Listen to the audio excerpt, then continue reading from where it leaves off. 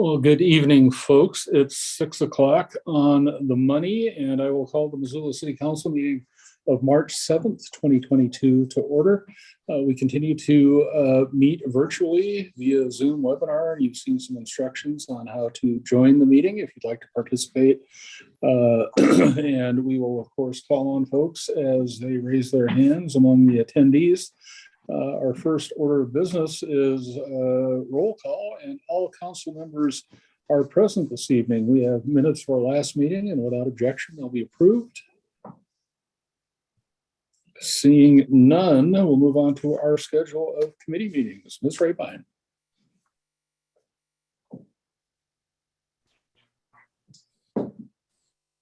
Thank you, Marion. Every year at this time, I remind you that March 8th is Missoula's birthday. So tomorrow we'll be 139 years old. So you might have seen origination dates of Missoula much earlier than that, but the articles of incorporation to establish this town as an official incorporated town under the territory of Montana happened on March 8th in 1883. And I assume it must have taken them a day to get it over to Helena because that's when they got filed over in Helena. So happy birthday to us, and let's talk about the committee schedule.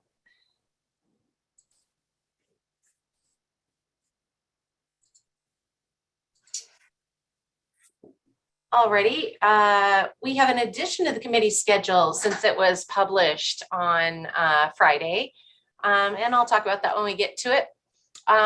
Just like tonight's meeting, all of these meetings, these committee meetings that we're going to be holding are held virtually, and all these meetings that I'm going to talk about are going to be held Wednesday, March 9th. Public Works Committee will start out at 9 a.m. to 10:15 a.m.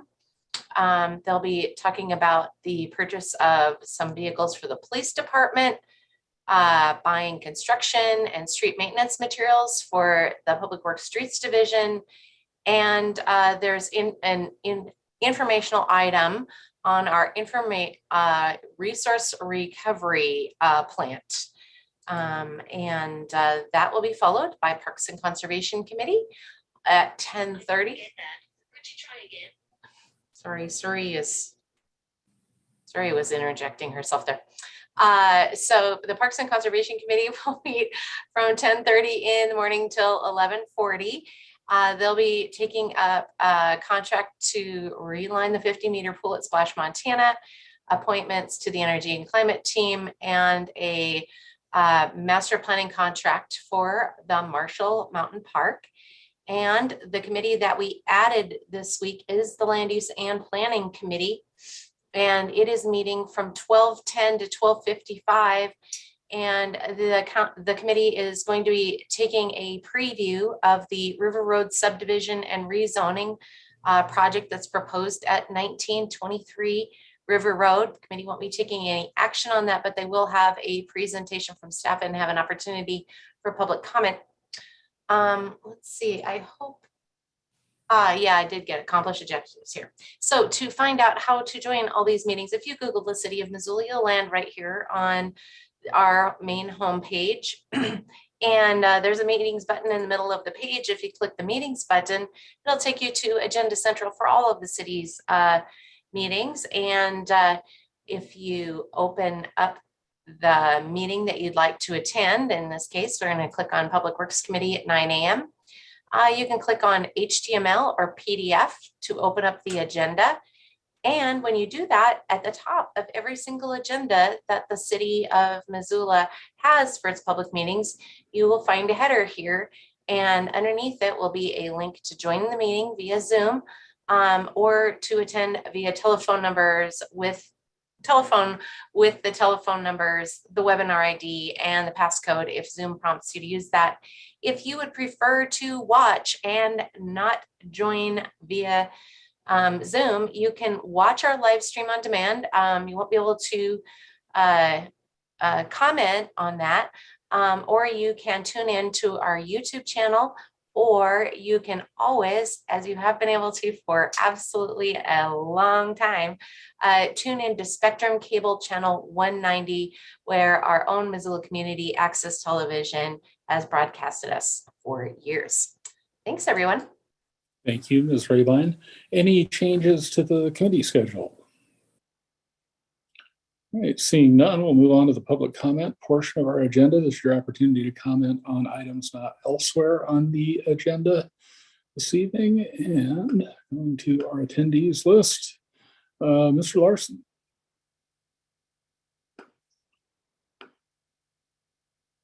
Hi, Matt Larson, Ward 3. Nice to see and hear everybody again. I just wanted to remind the public that last month we were told that we'd be returning to in-person meetings for the city council, and we're still not there 2 years into this. And you know, I'm very thankful for the headers on all of the agendas that have the join meeting link. Fought very hard to get that link on there, and it seems to be useful now.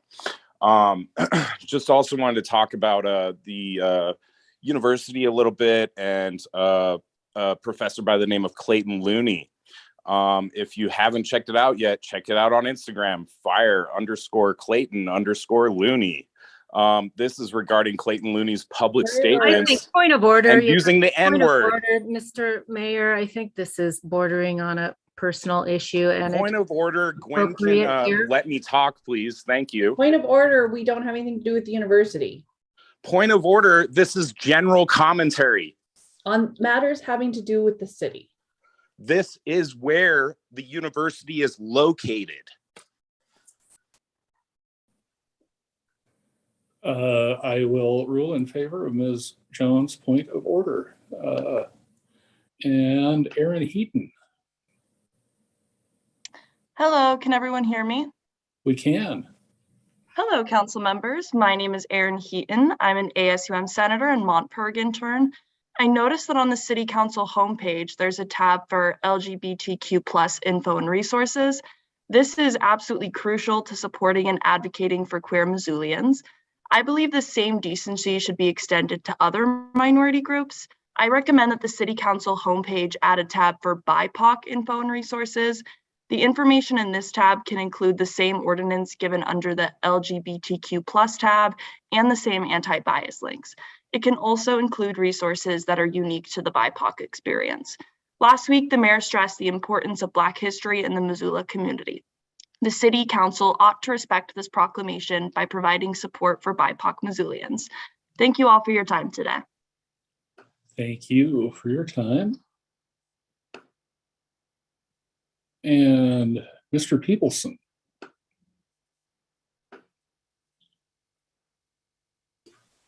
Good evening, everyone. Mayor and City Council members. My name is Jonathan Peebleson. I'm here this evening with Heather McConnell. We represent Decriminalize Nature Montana, a chapter of Decriminalize Nature, a 501c4 national advocacy program out of Oakland.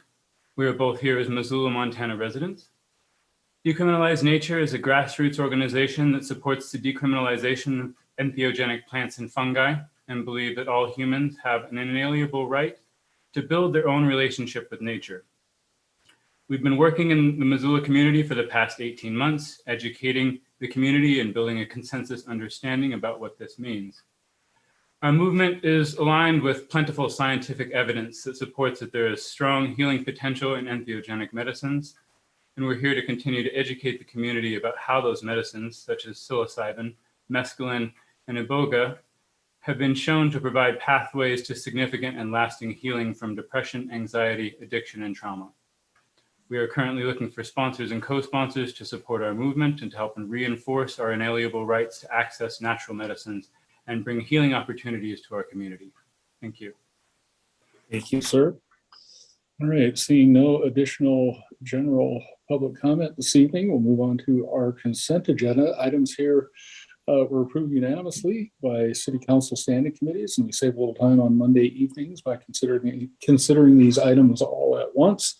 We only have two of them this evening, and we'll take comment on these items before we vote. Ms. Rabine. Thanks, Marigan. Hang on just a second. I want to bring up the agenda here. I can have folks read along with me. Sorry to interrupt. I think Brett Haverstick in the attendees had his hand up just before you moved on. Thank you, Mr. Carlino. Mr. Haverstick, Yeah, hi, can you hear me? we can. Hey, thank you. I had trouble finding the link to get into tonight's meeting, so thank you for the time. My name is Brett Haverstick. I live in Ward 3, and I appreciate the opportunity to speak. Tonight, I want to speak on behalf of Missoula Bears, particularly the grizzly sow and 3 cubs that will soon be coming out of hibernation in the North Hills. But I want to pivot to the larger efforts of our city. And that is my understanding. I'm here tonight to encourage every member of City Council to support the newly formed Bear Smart Missoula team. I'd also like to encourage City Council to revisit and adopt new language that would strengthen our current ordinances. That would be number 3419, the Missoula Garbage Ordinance, and Ordinance 3330, which is the feeding of wildlife.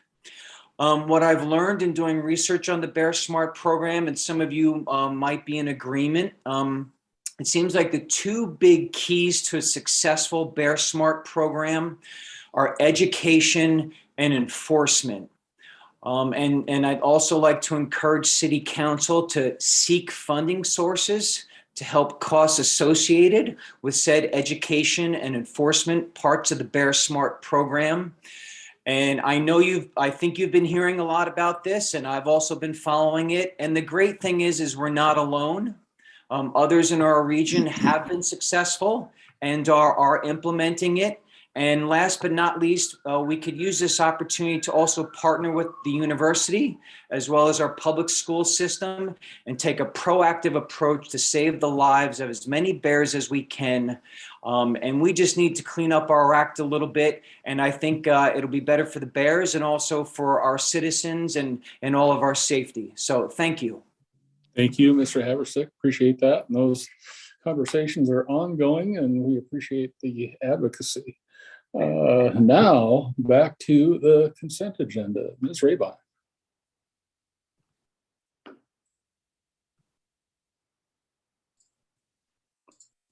Okay, tonight's consent agenda only has 2 items. The first is to approve counts payable. These are the city's bills for the week. And this week they are in the amount of $1,295,877.49 for checks that are dated March 8th, 2022.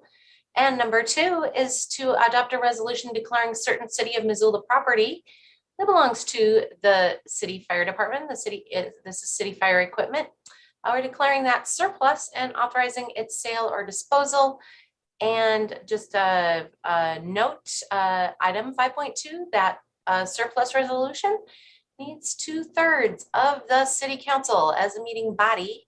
2/3 of you have to vote yes in order for that to be approved. Thank you. Thank you, Ms. Rabine. Questions or comments from council members? Ms. Anderson. Thanks so much, Mr. Mayor. I just want, for the record, I know when we left Public Safety and Health, there was a quick question in regards to where the funds for the surplus vehicle or sale would go. And it is customary when we do this, that this actually goes back to the general fund. The fire department had requested that it goes to the fire department, but normally the items are purchased out of the CIP, which is funded through the general fund, and that is the way it works with all the other departments. So we're going to keep in line with that and just have the funds go back to the general fund and keeping with how we've done things in the past. Thanks so much. Thank you, Ms. Anderson. Any further questions or comments from council members? All right, seeing none. Anyone in the audience care to comment on the consent agenda this evening? Mr. Larson. Yes, Matt Larson, Ward 3. Thanks for allowing me to speak for now. I don't think that we should be getting rid of any surplus fire department equipment until the city actually has an inventory of all its equipment. Second point I would like to make is the city is dealing with the vendor directly to sell back this piece of equipment while there's a national shortage on used cars and used equipment such as this. So I'm wondering how much we're going to get for this piece of equipment. And I'm sorry, did somebody want to interrupt? Okay, I was just wondering how much we were going to get for this piece of fire equipment. Thanks for allowing me to speak, and fire Clayton Looney, crackers. And Andy. All right, well, otherwise I'll just. Andy Helsel, Ward 2. This is actually my first council meeting since council changed, so welcome to new council members. I wanted to comment on the report or the news from NBC Montana from February the 27th, as well as what I believe is claims accounts payable to Rogers International in this consent agenda, addressing Rogers International security patrolling, quote, vulnerable areas around Missoula, which is that's the language of the NBC Montana story. I'm concerned about $30,000 for a 2-week, looks like a 2-week period to a security agency that is appears to be heavily armed. Every time I've seen them, I've been meaning to ask y'all about them for some time now, whether outside the Sleepy Inn or across the street from my home, which is on the west side near Lowell Elementary School. This happened not 2 weeks ago. There were what appeared to be four gentlemen dressed in Rogers International security uniforms, carrying what appeared to be, I don't know anything about weapons, but what appeared to be very large weapons. I have a lot of concerns about the city's money going to this private security firm, and a lot of questions about which part of the budget this comes from and why we're doing it. I would love to have some explanation of that. And I would urge council to vote against the consent agenda, these claims at least, until further explanation is given. Thank you. Thank you. Seeing no additional comment on the consent agenda, we'll have a roll call vote.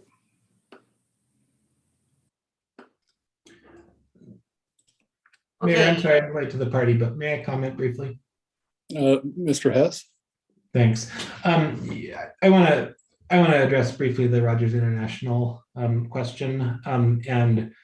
I was searching for the agenda and I'm not finding it. I believe it was in late October to secure a contract to add the Rogers International to provide security within and around the Pavarello Center and the winter shelter. I just wanted to highlight that was something that was approved in October. There was a really broad list of training that was provided to this, or that was mandated for this security firm, specifically around dealing with some of the unique issues that might be encountered in some of the vulnerable population in and around Pavarello Center, the emergency winter shelter, the authorized campsite, and the temporary safe outdoor space. I feel like it was in response to an immediate need in those areas. It was not my intent when we voted for this, nor is it my intent now, to be supporting any kind of privatized police force or any kind of privatization of public functions. And I think on the ground, there's been some statements of support from within the Poverello Center for what this firm has been able to provide in terms of providing some non-law enforcement forces of stability and of maintaining public order. I just want to flag that this is the decision that we made in October, and it's something that we'll review in the future. And I'm going to support this tonight because we're paying a bill on a contract that we had, but as always, I remain interested in looking at how we do things moving forward. Thank you, Mr. Hess. And with that, we'll have a roll call vote. Okay, on the consent agenda, Anderson, Yes.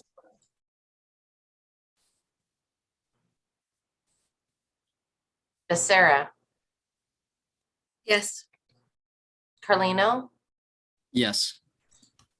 Contos, Yes. Hess, Yes. Jones, Yes. Jordan, Yes. Nugent, Yes. Savage, Yes. Cheryl, Yes. Basika, Yes. and West. Yes. Would any of you like to change your vote? It is 12 ayes. And the consent agenda is approved. We don't have any comments from city staff, agencies, boards, commissions, authorities, nor the community forum this evening. We do have one special presentation in the form of a proclamation, whereas the Meals on Wheels program at Missoula Aging Services is a valuable resource to older adults in Missoula County. And whereas in the past year in Missoula County, Meals on Wheels provided 111,161 home-delivered meals to homebound elders and adults with disabilities, and had an average of 2,388 home-delivered meals served each week, with 394 clients actively receiving meals, 90 active volunteer drivers delivering those meals, and a 66% increase in home-delivered meals since the start of the pandemic.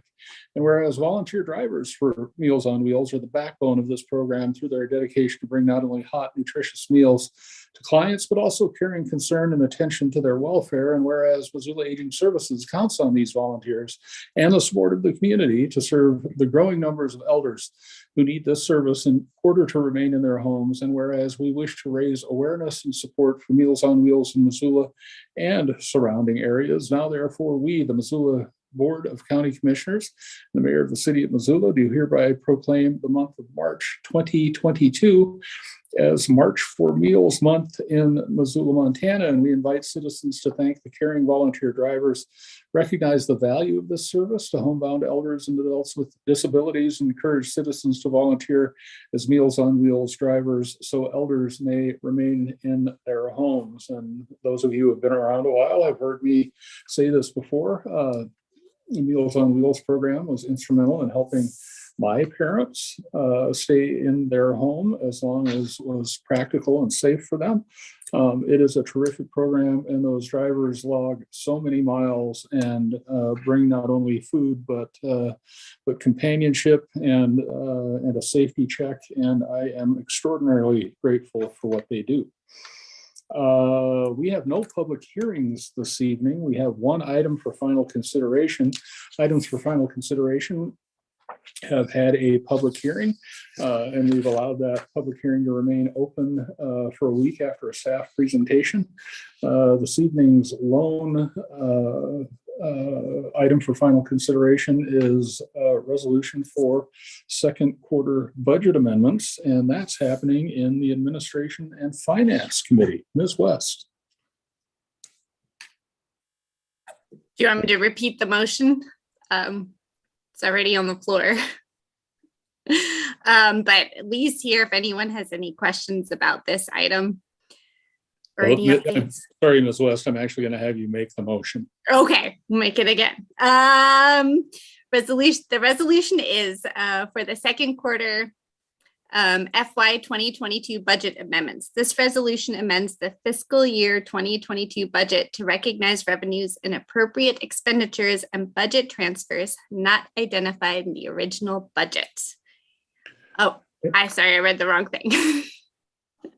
Adopt a resolution amending the annual appropriations for the city of Missoula, Montana, as set forth in the fiscal year 2022 budget and capital improvements program. It is a bunch of housekeeping. Thank you, Ms. West. That motion is in order. Is there discussion on the motion? Seeing none among council members. Anyone in the audience care to comment on the motion? Seeing none there, we will have another roll call vote. On the budget amendment, Becerra, Yes. Carlino, Yes. Contos, Yes. Hess, Yes. Jones, Yes. Jordan, Yes. Nugent, Yes. Savage, Yes. Cheryl, Yes. Vasika, Yes.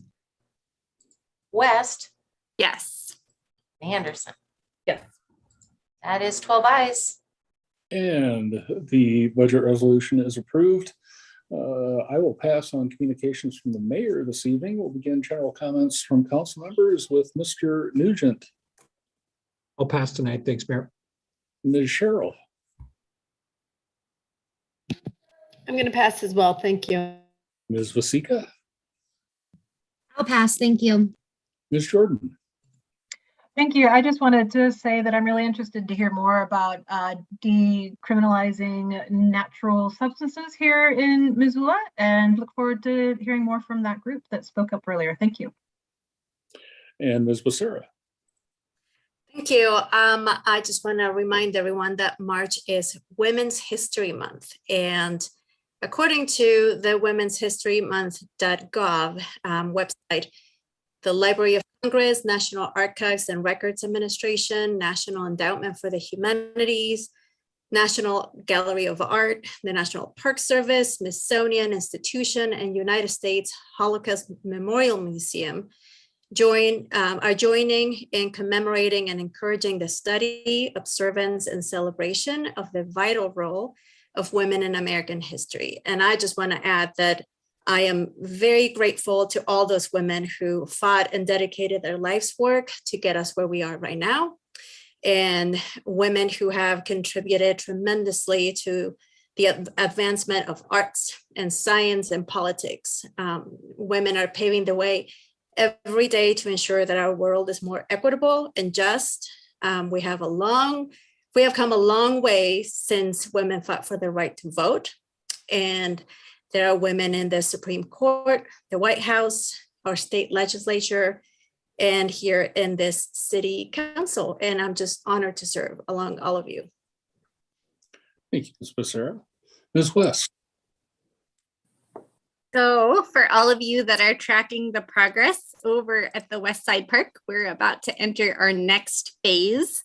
So there is going to be a volunteer day to deconstruct the existing playground.